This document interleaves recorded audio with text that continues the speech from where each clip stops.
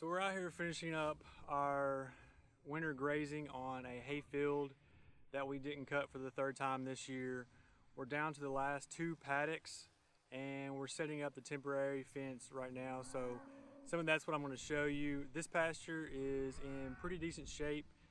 We may have let them eat it down just a little bit too far, but I think we'll be okay come the spring. So we're looking forward to seeing how this worked out. And I'll show you an aerial view of what the pasture looks like now and how it's been broken up into different paddocks. And what we did was we created one long lane and then we created smaller paddocks on the side of that and moved them each day. So the only bad part about it is they had to walk back to get water, which created some trails. But in the end, I think during the spring, we'll be okay with that. So we're getting ready to move them for the second to last time. So far so good, so we'll show you what that looks like. Once they get up to the front, they'll be ready to move and they'll go right in.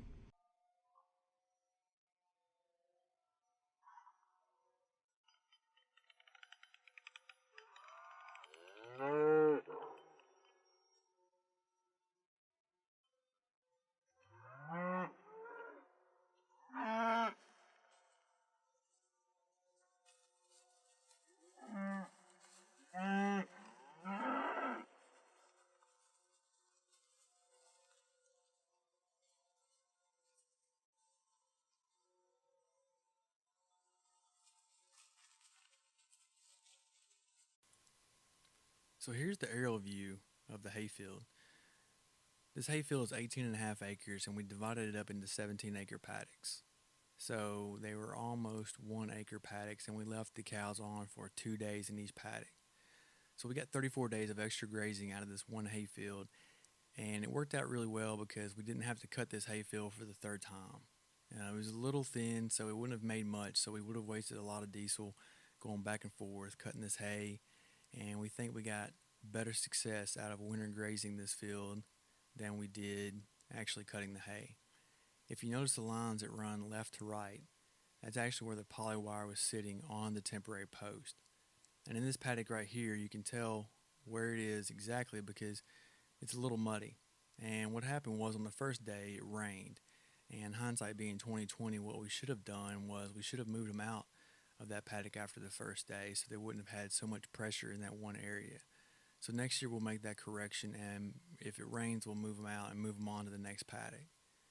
If you notice here where the cattle are, if you look real close on the left and the right, running down the length of the field, you'll see that poly wire. It's that white line right there. And if you notice this paddock's a little greener, has less manure, that's because we just moved them onto this paddock.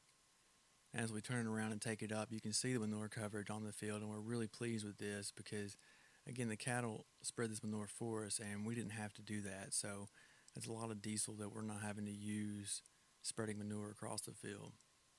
Again, those lines that run left to right, that's where the poly wire was sitting on the temporary post, and that's the paddocks that we've had.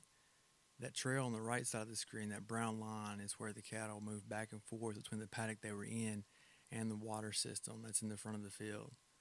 What we're going to do is put a water system in the middle of this field between this field and the field on the right, so that hopefully will reduce that pressure in the future.